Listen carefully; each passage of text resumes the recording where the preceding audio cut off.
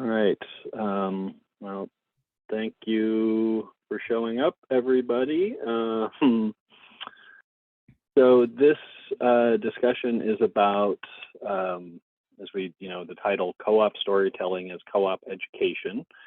And there's a group of us who have been meeting for just about 2 years now. We got together through social.coop, which is a cooperatively run instance of Mastodon, which is sort of an open source version of Twitter, that kind of platform. So several of us who were on that platform kind of right at the beginning of the pandemic came up with an idea like, hey, let's get together and do like a role-playing game about co-ops. And so we started out with this idea that we would get together, create a scenario, and role play it. We started out that way. None of us had done any kind of role-playing games. We weren't Dungeons and Dragons types or anything before that. So we didn't really know what we were doing, kind of just made it up as we went along. Over time, we ended up kind of changing what we were doing, and we kind of transitioned out of our trying to do a role-playing game into really just collectively writing the story. So we had our scenario, our setting, and our characters figured out, and so we've been meeting a couple times a month, like I said, for the last almost 2 years now, I believe, and writing the story about a multi-stakeholder co-op in Western Montana, kind of in the near future, and we've it's what it's turned into is we're kind of ended up writing a radio play, as it were. We basically have written a script at this point, and we have an entire kind of plot arc finished now. So the members of this group who have been collectively writing this story are all people with some kind of co-op experience, and so we've kind of each brought our own personal experiences into the story, and so there's a lot of kind of pulled from real life aspects of it, and it's been it's been a great way for just us to socialize. I think it's been fun for us. Like I said, we've been doing it for a couple of years, so we keep we keep showing up, and it's been kind of a good way for us as a group to kind of talk about issues in the co-op movement and aspects of the co-op movement in a way that is not that's kind of broad, right? So if there's some issues around like governance things that we've experienced in a co-op, we can bring that in and examine those issues in the context of the without talking about a specific co-op and actually existing people and stuff like that. So it's a way to explore some of these issues that happen in real life without having to necessarily use real life examples, I guess.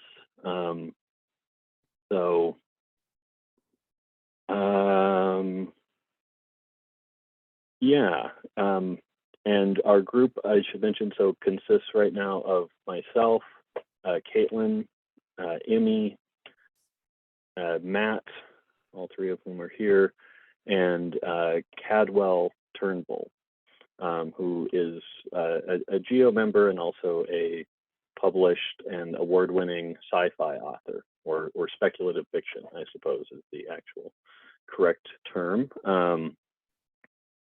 And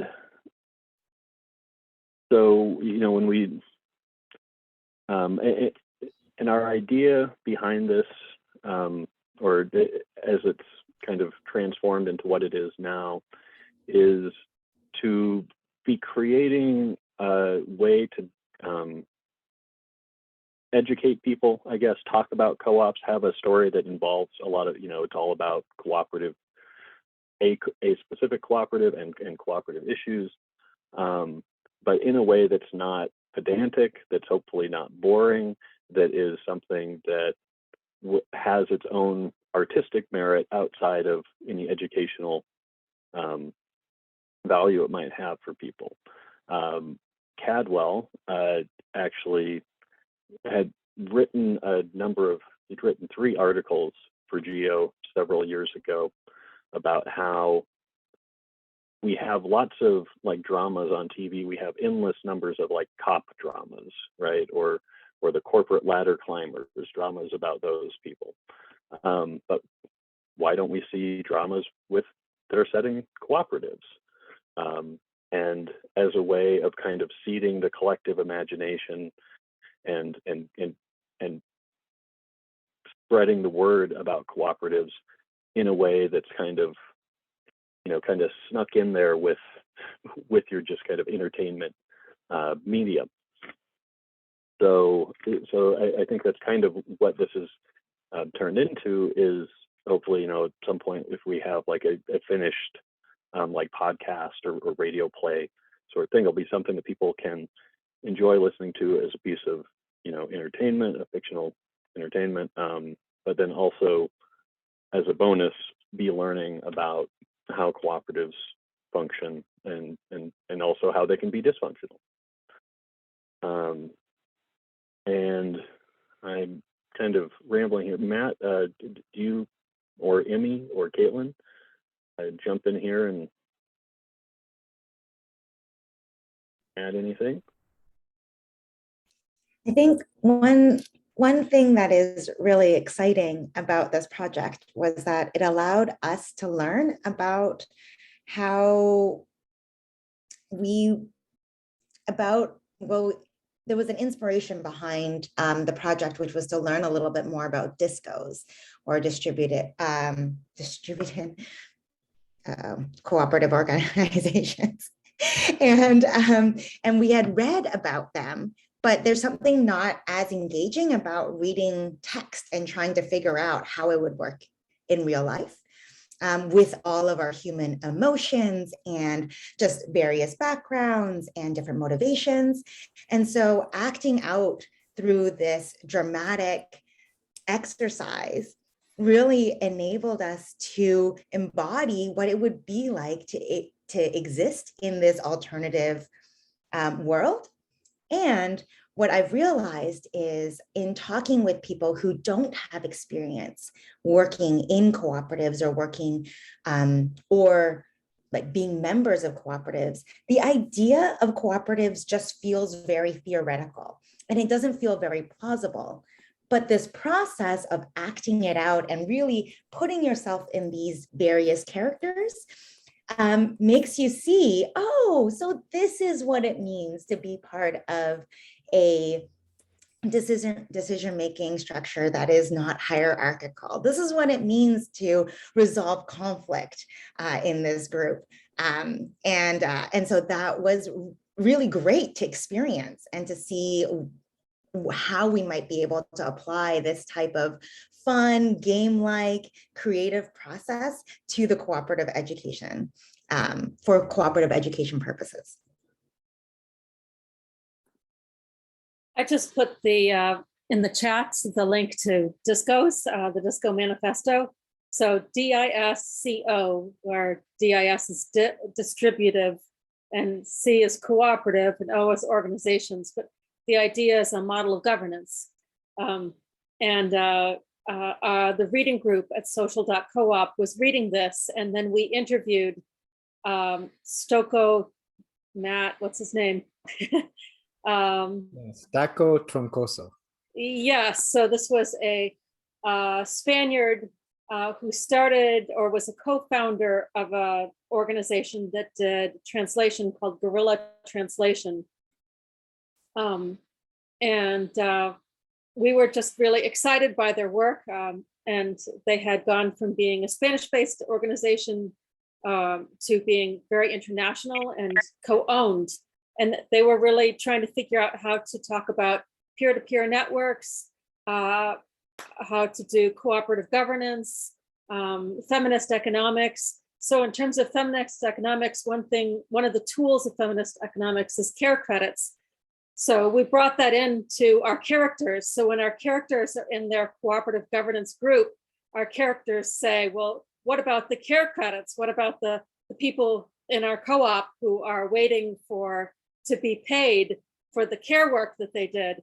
So we were constantly looking at models of cooperative governance as we understood them, and to try to put those aspects into our story and our characters. And one of the things that I really appreciated was that we all have so much cooperative experience in cooperatives that people have pet peeves, like our writers groups, and those really came out. Like a big storyline is what is a real co-op, and are there groups that are trying to co-opt the cooperative model and actually have something that's more capitalistic and not cooperative at all, under the guise of cooperativism, kind of like greenwashing.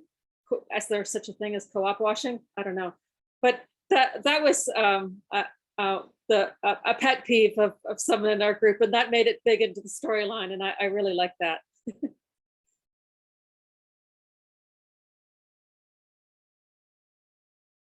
Matt, did you have anything you wanted to add? Well, sorry, I had trouble getting in because of proprietary software giving me a headache. But which, by the way, if you join social.coop, you get a free account on meet.coop, cooperative video conferencing software. There's a little pitch for that. I'm not sure all of what you covered so far. So far, the descriptions are totally great and capture, I think, some of what makes it so exciting. I don't know if you talked about the fact that it started as a live action role play idea, which was okay. You mentioned that. Yeah, that was like it was funny how we didn't start with a clear plan at all. We arrived at this kind of improvisational co-writing and co-writing, co-acting model just through practice, which I think was great. Yeah, maybe one other thing I would point out is that was interesting to see is it's not like we were interested in understanding the disco approach. At the same time, we didn't try to make everything perfectly fit the model. Like we really captured, I think, just by who we were and how we were collaborating, the fact that co-ops are like muddles, like people mixing together lots of different ideas and things, and at different stages and different ways they're doing or not doing what they want to do. I think we kind of fell into that also in a good way. I'll stop there for the moment.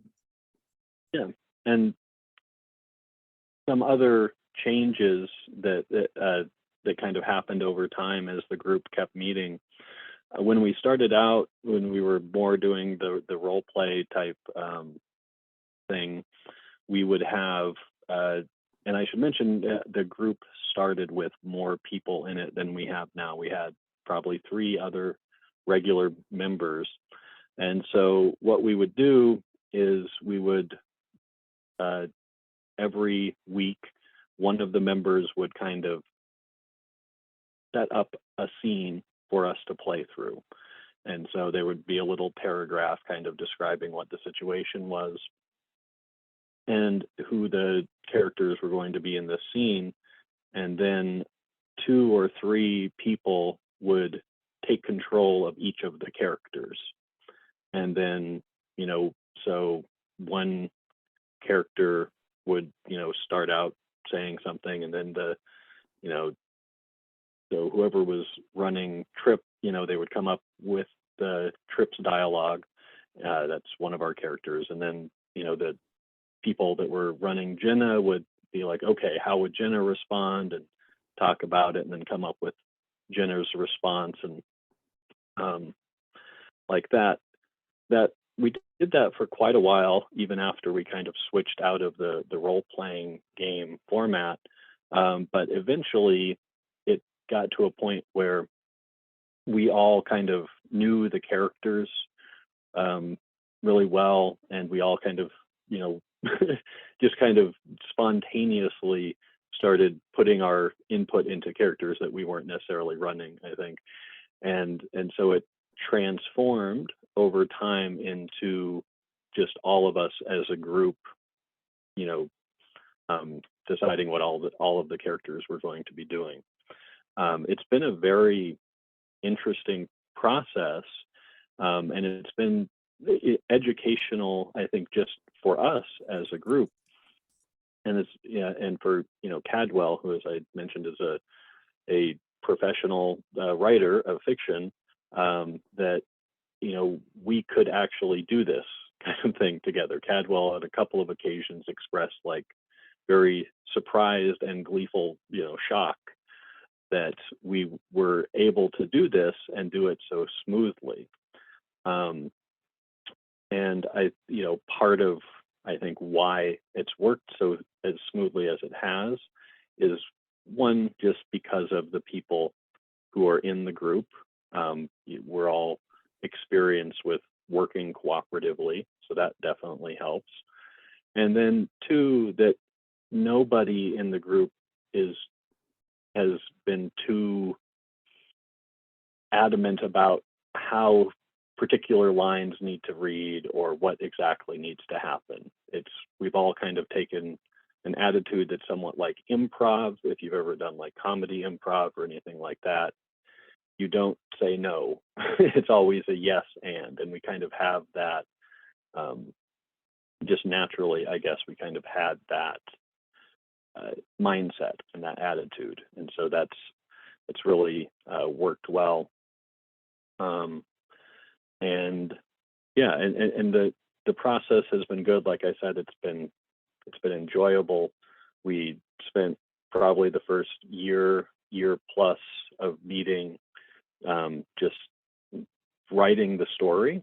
And then after we kind of got to a place where the plot kind of came to a head, we went back and then started reading through what we had written before, kind of acting it out, performing it, and editing it. So we would read a scene and then say, oh, that line didn't sound good, make some changes to it, and then go through and do the next scene. And now we're at a point where we've got the script kind of to where we want it, or pretty close. And so most of our meetings now, when we get together, we're just kind of reading through, doing like a table read, I would say, of our script, and recording it, and perhaps at some point we'll actually release that or make it publicly available.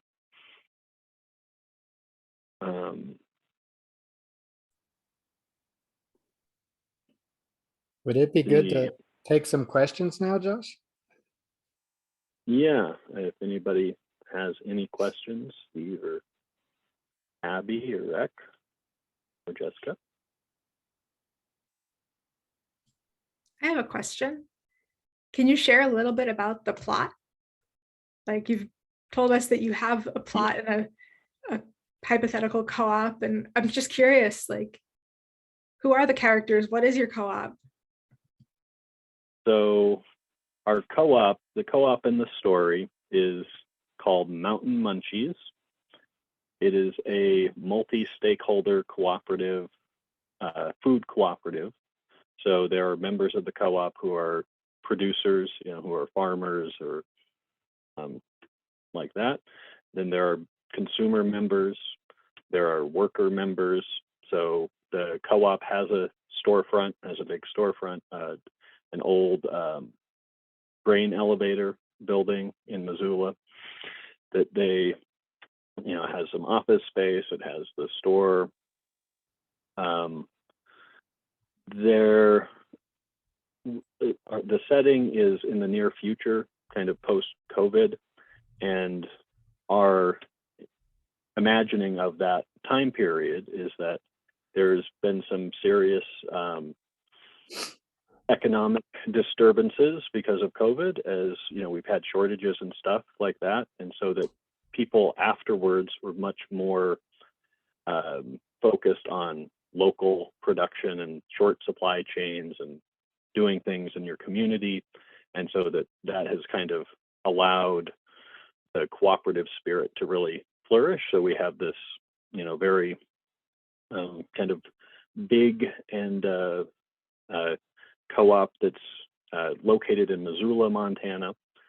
And the plot of the story is that the Mountain Munchies in Missoula has been operating for several years, has been relatively successful, and they're want to recreate it, do another one, a spinoff in Bozeman, another Montana town, just a couple hours down the highway.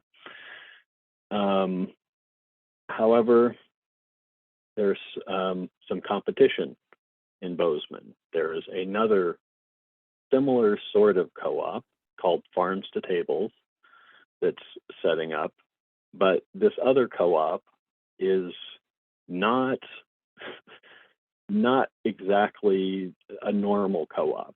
It's a co-op that's been organized under a particular Wyoming cooperative code that actually exists now in real life, that allows for outside investors to own much of the equity of the co-op. And so we have this kind of pseudo co-op. It is technically a co-op. It fits under this particular law, but they do things very differently. They're investor run, there's conflict because one of the cooperative members wants to really be working with them and thinks, as it turns out, maybe somewhat naively, that our real co-op can have an effect on this other kind of pseudo co-op and make them more cooperative. Some of the other members are of the opinion that we should not be interacting with them because they'll take us over rather than vice versa. And so a lot of the conflict in the story is between members with these differing views of how to coordinate or interact with this other group that is, while presenting themselves as a co-op and using that branding, doesn't necessarily do a good job of expressing the cooperative values. Maybe it would help if each of us describe one of the characters that we have played frequently. So I frequently, we switch around a lot, but I was one of the people who started out with this character Trip. And so I played Trip a lot. I mean, partially based on people I know. There was a lot of that. But so Trip was this kind of like, cool, kind of hipster, post-hipster, very ambitious guy, really impatient, wanting things to move forward, comes from some sort of background with money, but it's pretty committed to the co-op movement, but brings a certain a lot of privilege and a lot of attitude coming from that.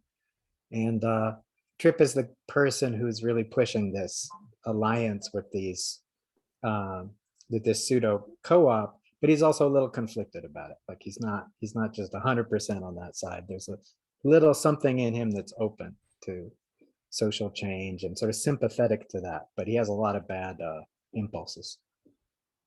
So that's Trip. Who wants to go next? We got Jude, Jenna, and Ray here. Well, Jenna's a favorite character of mine. She's a single mom and has had a lot of tragedy in her background. Her husband, which we don't really explore, was murdered at a certain point. Her daughter is studying cooperatives right now, doing her master's in cooperatives. She carries around this mysterious gun that's fully loaded all the time, which we also don't go into. But she has this really great attitude, and her heart is in the co-op, but sometimes her passion gets in the way and she speaks too quickly and she's a little aggressive and she's not very delicate with her words. And her background, I believe, is of mixed heritage, and she really identifies with sort of that working class, blue collar, we're in it together, come on everyone, collective action, which really just appealed so much to me, and was really fun to give voice to.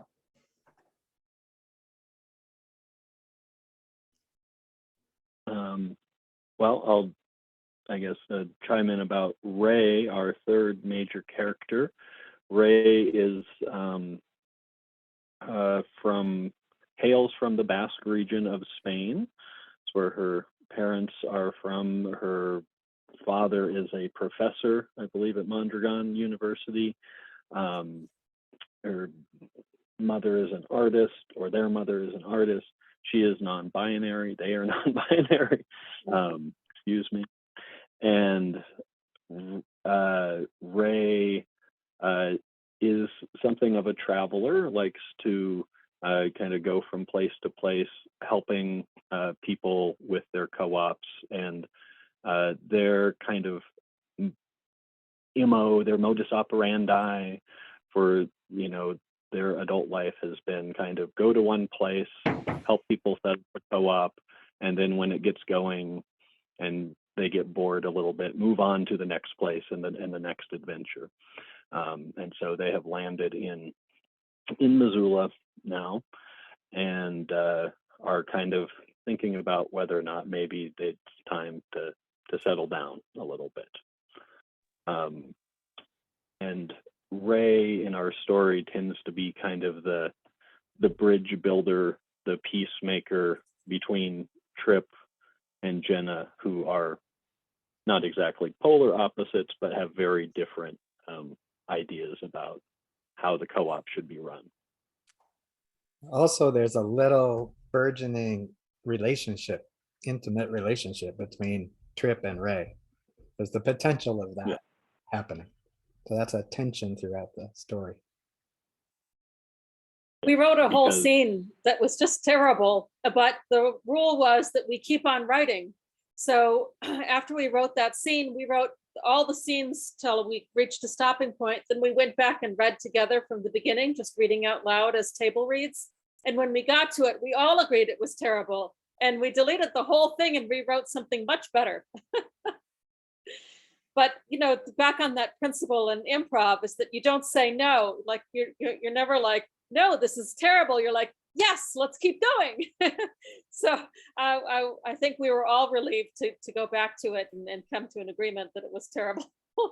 And what we wrote when we replaced it was really very good material. So by then we knew our characters better, we knew our plot better. So yeah, it was somebody's writing in here, a collective editorial process. Really, really nice working together. And we've talked about this a little bit.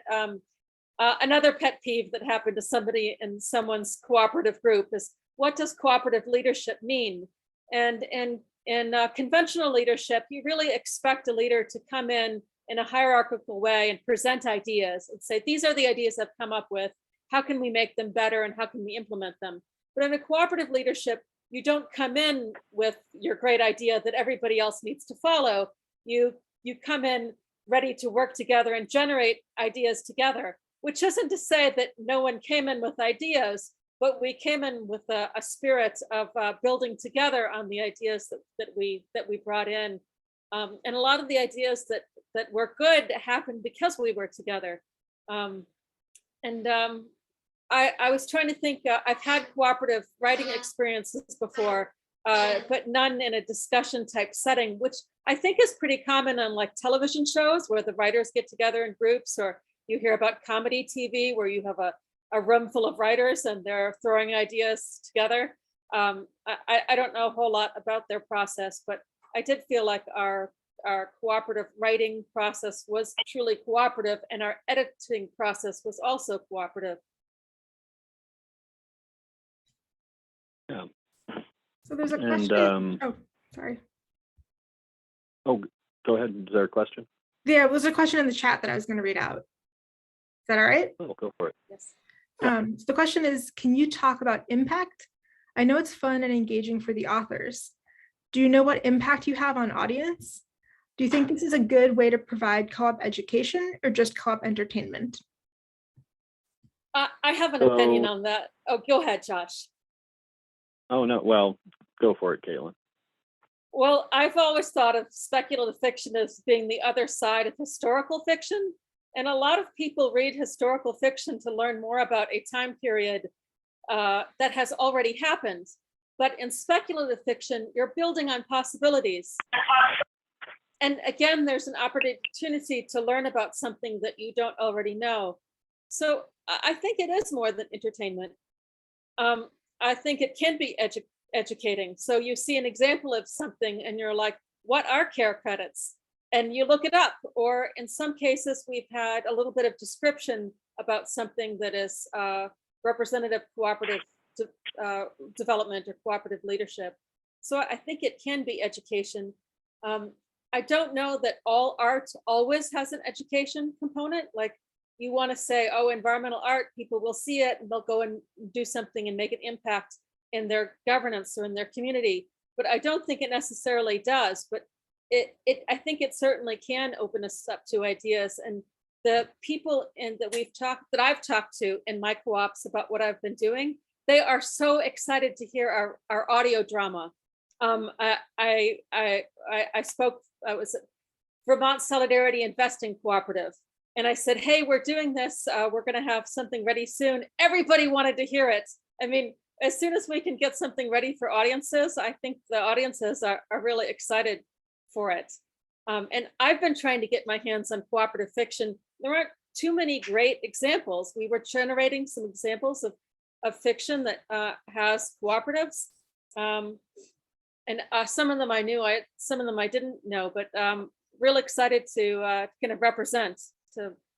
It's more than tokenism. Like it's, yeah. Josh, what were you going to say?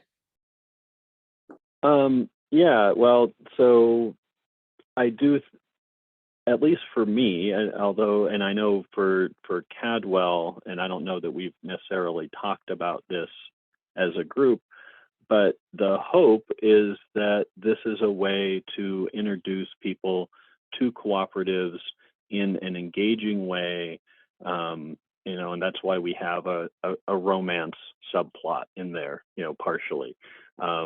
We have, you know, it's because we want it to be something that's engaging for people who might not be interested in co-ops coming into it, but then just through the story will at least you know, learn about you know, co-ops and kind of try to normalize co-ops a little bit more through that. Cadwell wrote for us back in, I think, 2016, like some articles about this, and I have a little quote from one of those. He says, imagine media cooperatives that produce their own content. They work democratically to create stories of the left as it is, not as niche, not as a point to be argued, but as a life lived by many. The stories are truthful, filled with conflict, both personal and societal. We should get deeply invested in figuring out how to make the most mundane aspects of the leftist movement compelling. We can show the everyday work of members and cooperatives. No gloss, only substance. We should attempt to unflatten the positions that we take, showing the messiness of being human while trying to uphold our principles, the missteps of trying to figure out where we stand. So I think that, you know, for Cadwell, and I really share this, is that's the goal, is to make it educational for people. And just a little bit more about, there is some fiction that includes co-ops. We came up with a list, including Coda, the Wonder Woman movie or TV show, I'm not sure which one, Queen Sugar, The Wire, those all have co-ops in them. In the Wonder Woman movie, apparently the co-op is the bad guy. So, we don't like that. So, you want to have some where the co-ops are the good people. The Wire, of course, famously, the city's various drug dealers all, formed a cooperative. And then, two of our other examples of co-ops in popular media that we could come up with both came from Cadwell, of course. His new book, No Gods, No Monsters, has a cooperative of monsters. And his short story, Monsters Come Howling in Their Season, has a cooperative AI, which brings me to our last character, who we have not mentioned yet, our last main character, which is an AI named Jude.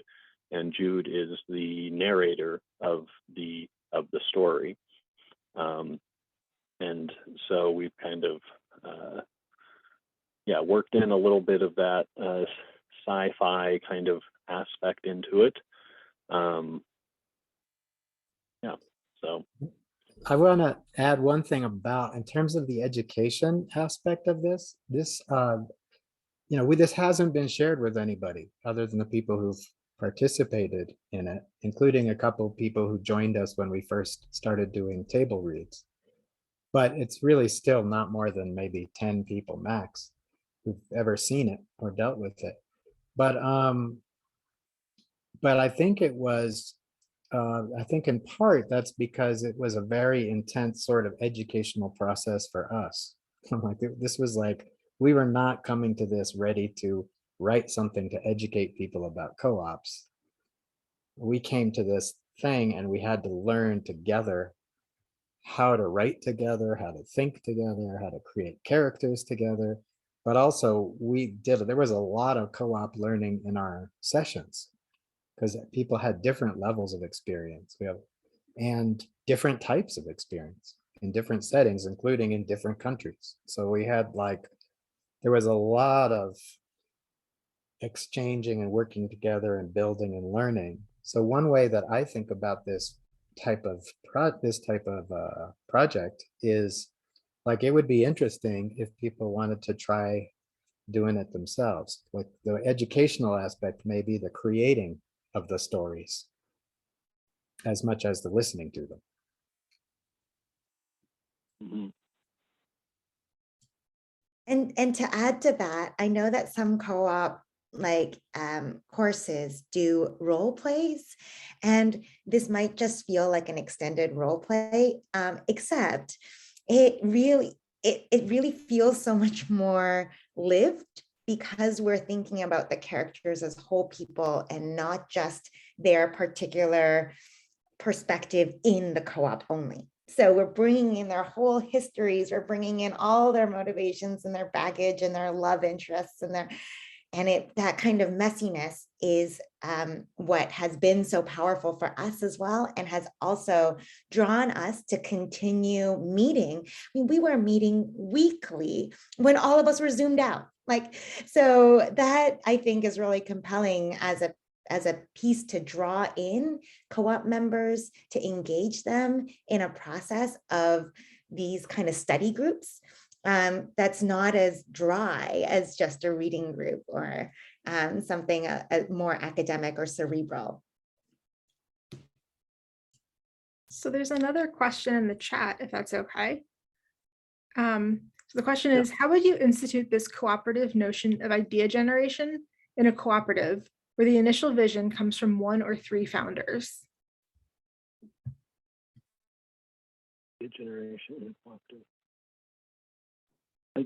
Steve, can you maybe, I'm not quite sure I understand your question.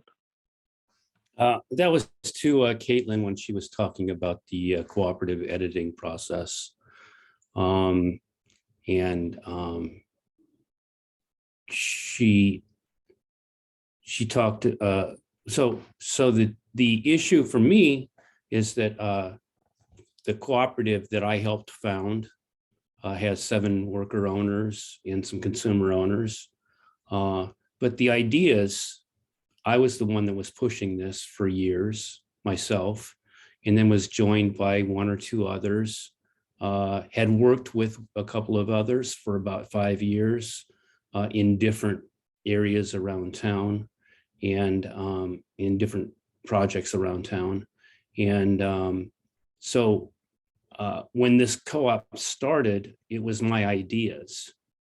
And then there were some ideas that were shared by some other folks, but very few. And so how do I release that and, myself from that, and encourage, and I do. I'm very aware of it. I'm a white male. I'm the oldest son of a Protestant preacher. I'm very aware of my privilege. Well, some people might not say I'm very aware of my privilege, but I work on it all the time. And I actively have tried to, and we are, there's no problems in our co-op. We work very well together, but I just want to make sure that other people have like that safe space to put their ideas out there and stuff. And how do you encourage that? I have quite a bit to say in response, but very little of it has to do with the topic of the session.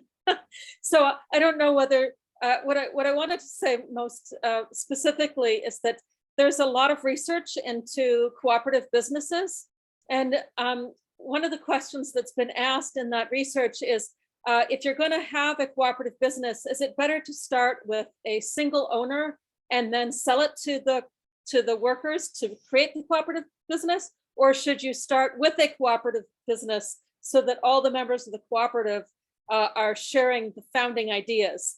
And that has not been definitively proven by research. It's very specific to different contexts of state and local law that supports the development of the business. But one of the things that you're kind of hitting on is this idea of founder syndrome, is that when you do have a single founder of a business, that affects how the other workers and members of the group take ownership of the initial idea and further it.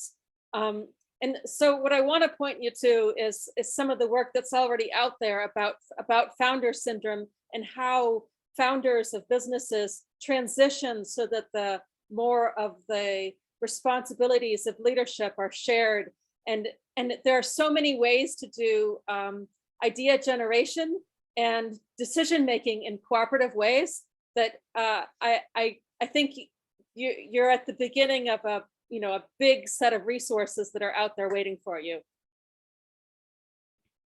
To add to that, I don't know, Steve, it sounds amazing what you're doing. I think what was really cool about our process in this fiction group was that we removed it from the actual setting.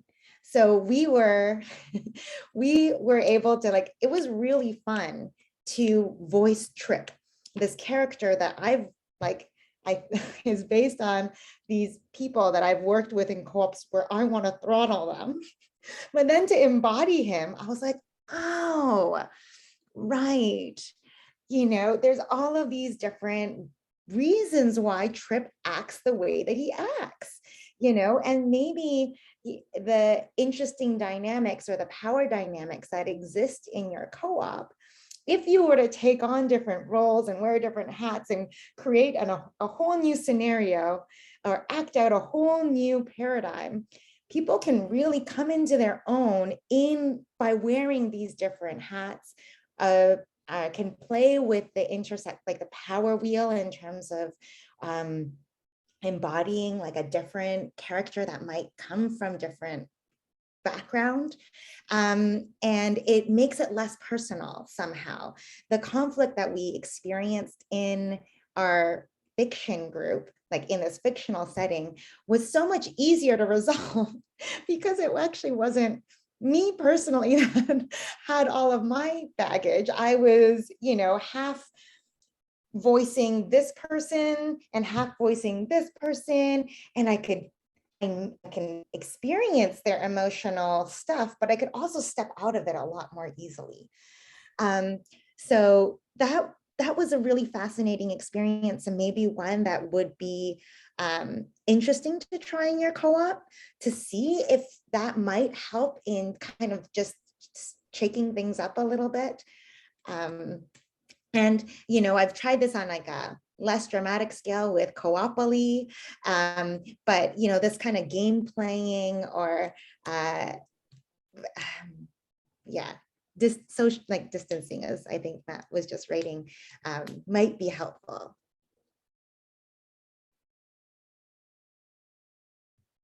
Matt, do you want to voice what you put in the chat there?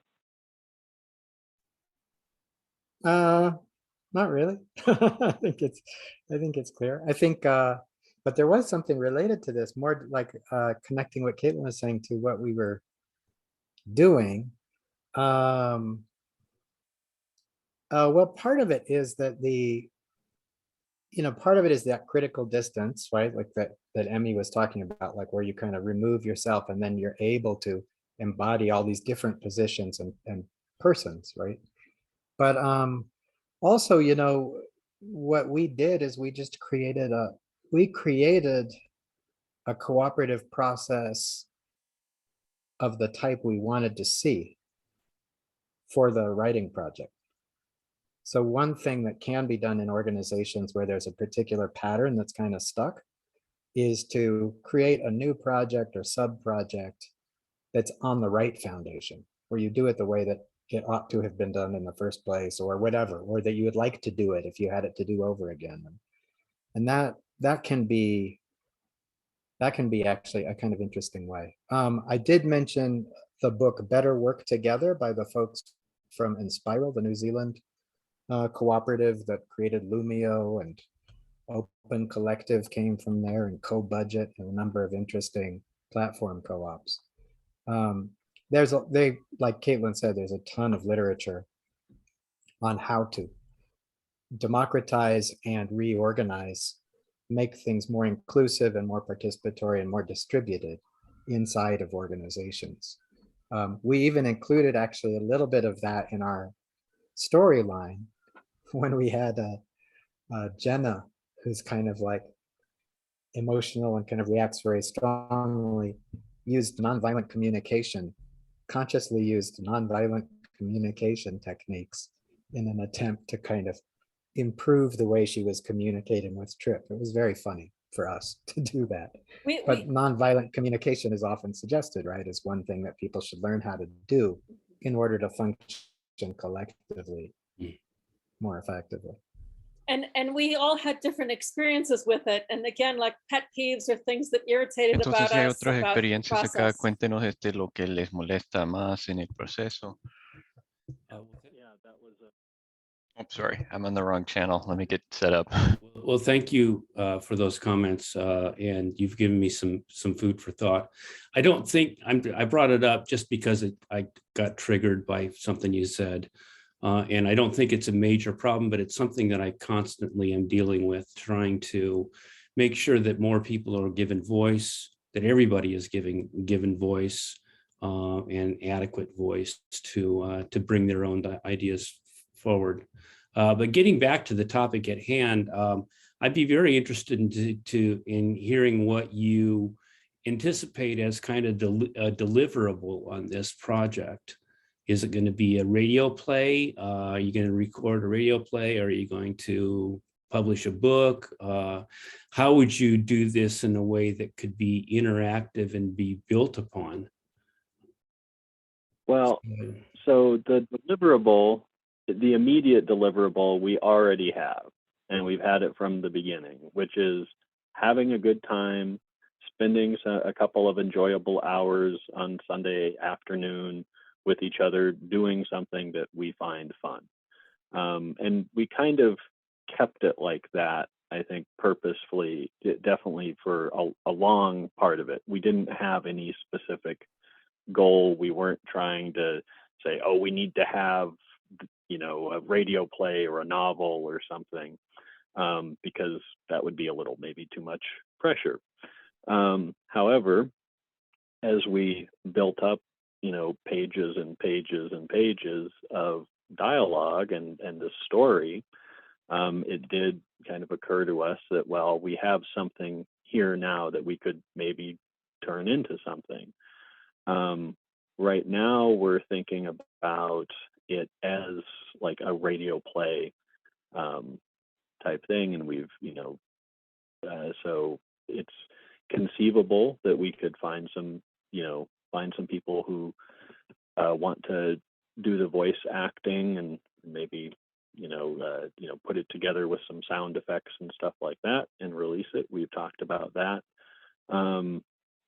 But a lot of it for us has been, you know, we don't want it to be another obligation or some more pressure for us. We're all already doing all kinds of projects that have us, you know, pressured already. So I guess for us, or at least for me, I think if any final product that comes out of it, apart from what we just create naturally, is just a bonus, but wasn't really the goal to begin with. Although in talking about this and putting together some notes for the presentation, we did, you know, it came up that this would actually be a method by which, you know, you could totally write a novel this way. Like it, you know, we could, you know, really do that. But anybody else? I just put it in the chat, but maybe would this be a good time to read a couple scenes? If we wanted to, I was actually looking through our script. I don't think we have enough people here who aren't in the group to. Oh, we could join in. Teams, but we can all do it. Yeah, why not? It's We fun. want- It gives a good idea of how it works. So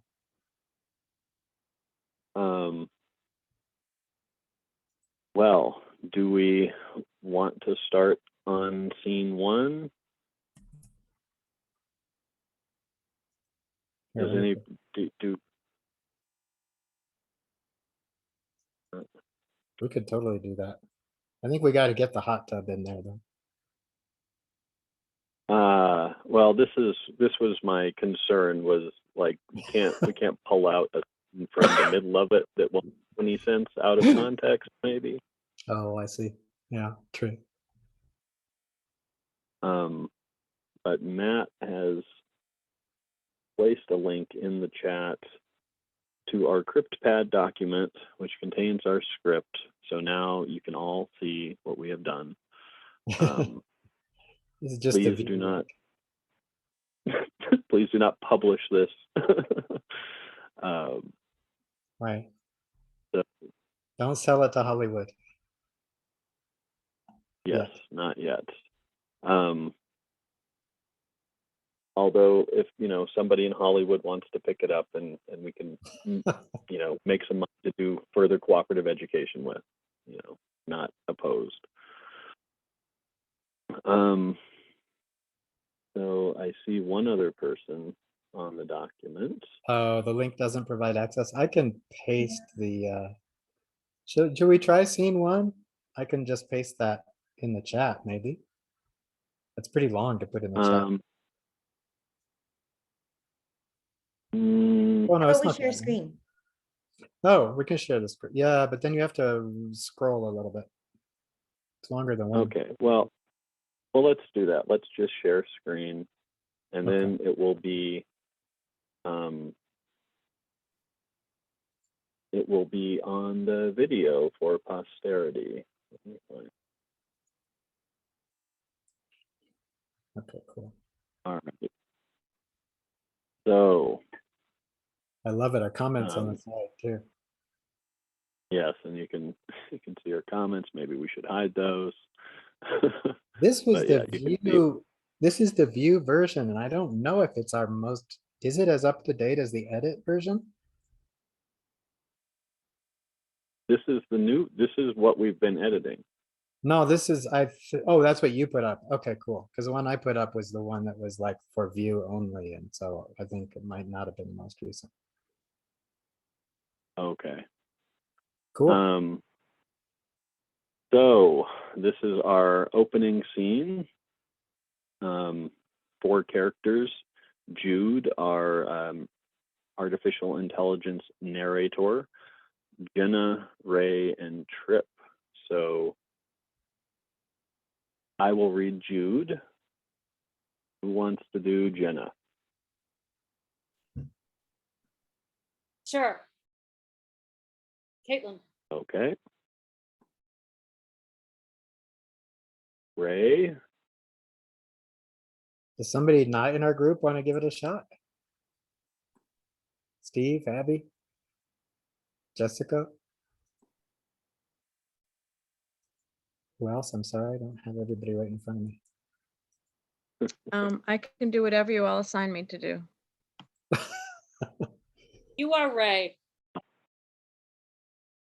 Okay, thanks. Okay. Caitlin. Cool. Matt, are you going to read Trip for us? I don't know, I can, but I don't know. Steve, do you want to try it? Or Steve, yeah. It's your creation. I'll let you do it. Well, either way, it's maybe we can do it a second time too. We often had to read it a couple times to get it. Good. Uh, All right. Okay. We start our story in Trip's office. Jenna and Ray are there, and Jenna has come to collect the latest numbers in preparation for an upcoming board meeting. What's important to note here is that Trip is hiding something. I just ran the reports. Mountain Munchies has generated a profit. For real? That's awesome. We can finally distribute the care credits to the producers. Some of them have been struggling. Wait, we have to build Mountain Munchies. Without the continued success of Mountain Munchies, we can't help anybody. We're still in the growth phase, unless somebody's dying. Look, not all of us have a safety net. If the membership can't afford to live, we don't have a co-op either. Okay, but that's beside the point. Doesn't this need to go to a vote of our membership? Oh, yes.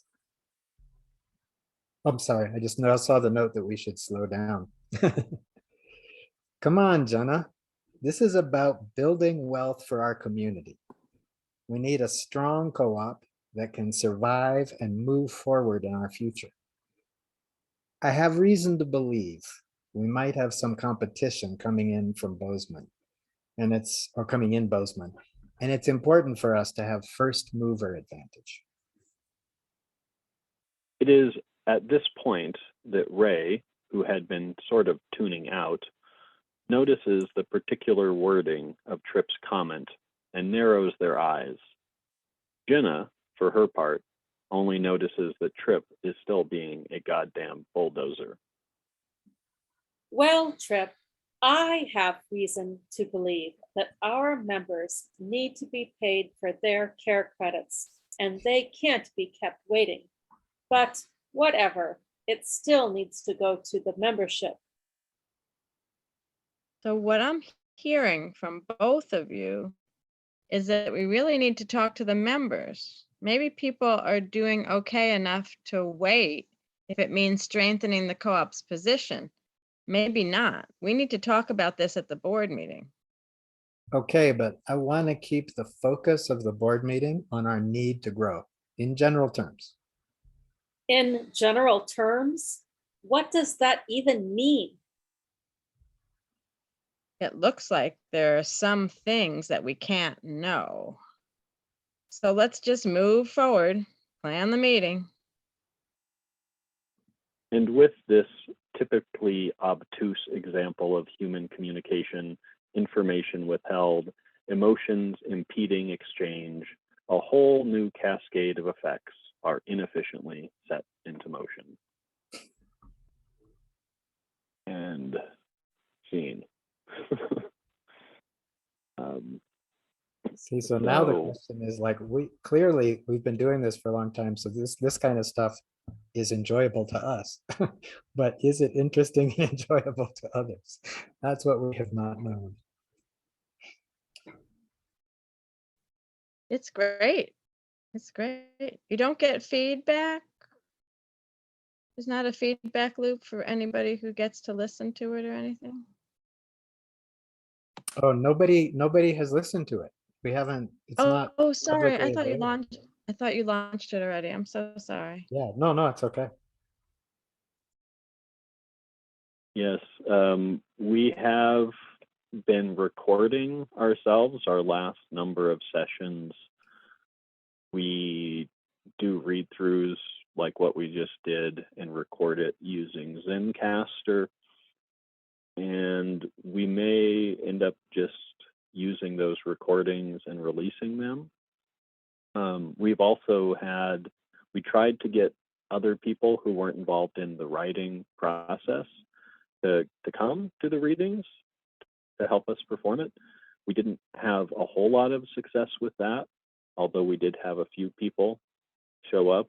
And the feedback from Chep, I believe his name was overwhelmingly positive, I guess. I don't seem to like it and understand it, so.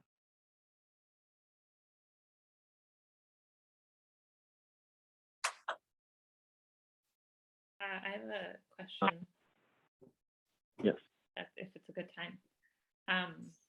I was curious, well, I did miss the first 15 minutes, so pardon me if it was talked about there, but I'm wondering if before starting the process, you had any particular like tensions that you wanted to work with in the story, like tensions that might exist in cooperatives, or if it kind of was very organic in how the topics emerged. And then I'm also wondering if after writing this, if there are particular like kind of sticking pieces about cooperatives that you feel like you really want to keep writing on in this way. Well, to answer the first question, I would say no, we didn't have any particular issues that we talked about wanting to address beforehand. We did start out really by just coming up with a location, a setting and designing some characters, and we just kind of let it go from there. We were wanting to explore this disco model of co-ops, and specifically some of the feminist economic aspects of that model with the care credits that were featured in the scene here. But really it was just because we started out as running it as like a live action role play or as a role play game, it was very improvisational. So we just designed the characters, put them in a situation, and it was almost obvious from who the characters were what the situation was going to be. There's some extra money. One guy wants to keep it and just keep growing the co-op. Another person wants to make sure it's being distributed to people who have been doing care work that normally doesn't get remunerated. And we just go from there. And I've forgotten what your second question was.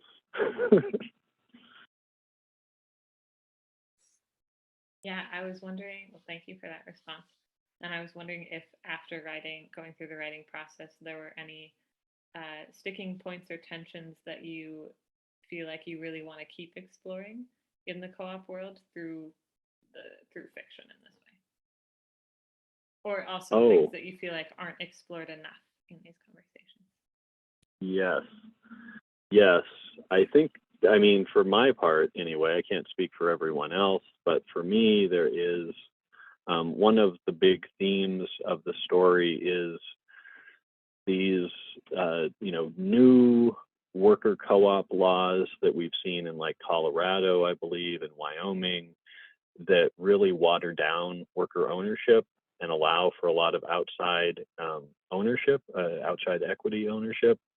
And it doesn't get discussed much. I've seen very, very little discussion of this in the worker co-op world here. And I think personally, it's deserving of a whole lot more criticism, discussion. So this, could conceivably be a way to do that. Also, with the explosion, unfortunately, of the kind of cryptocurrency thing, we work that into our story. That kind of comes in at the end. There's some Bitcoin kind of stuff going on. I think that might be something that we could explore further.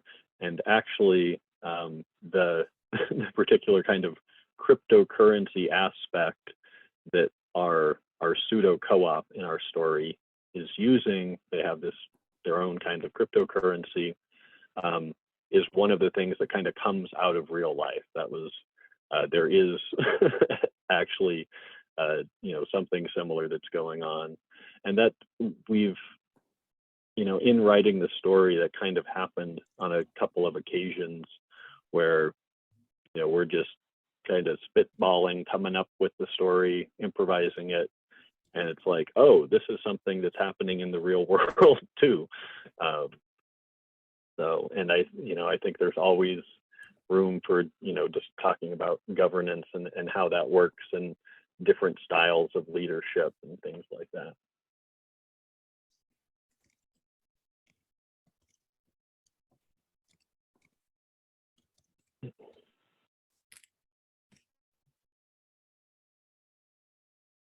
Anybody else? I see we're 3 minutes out from the end of this. So if Matt or Emmy or Caitlin, if you have anything to add, or if anybody has questions. I have a comment, which is that if it's all broken down into scenes like that, I could imagine it being fun for co-ops to listen to it at the beginning of a meeting, like one scene at a time each week or something, as like if they're short like that, that might be an interesting way to do some education in a like entertaining way that doesn't involve a huge amount of time, because I think sometimes time becomes a factor in the education we can do. But if it's sort of serialized like that, maybe that would be something easy for co-ops to listen to. Mm-hmm.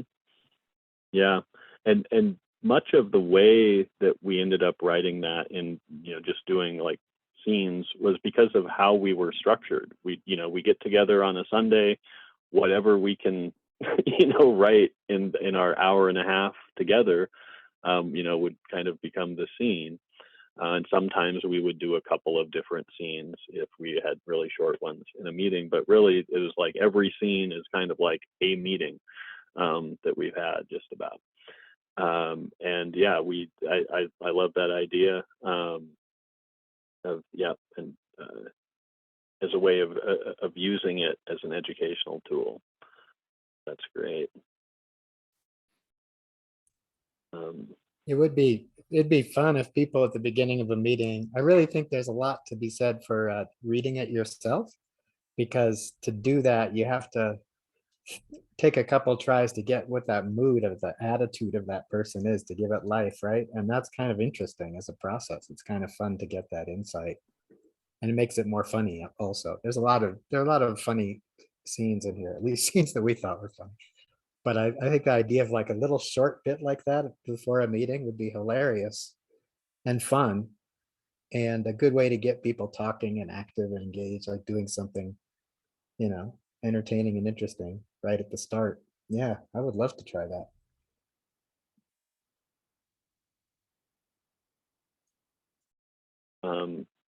So I see we're at quarter till, so I think we're done here. I just want to say I really think this is a great practice for people to do, and if you know, this collective writing practice, and if anyone is interested in starting such a group with, you know, people that you know, I'm definitely available, and I'm sure Emmy and Matt and Caitlin would probably be more than willing to, and Cadwell, to the extent he has time, to answer questions and for anybody, and help get that set up, because we would love to see more of this stuff going on.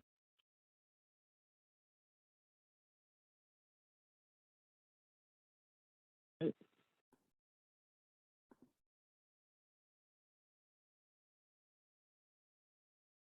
think we're at the end.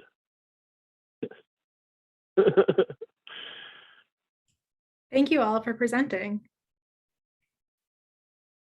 Yes, you're very welcome. Yeah, thanks. Thanks. Yeah, fun.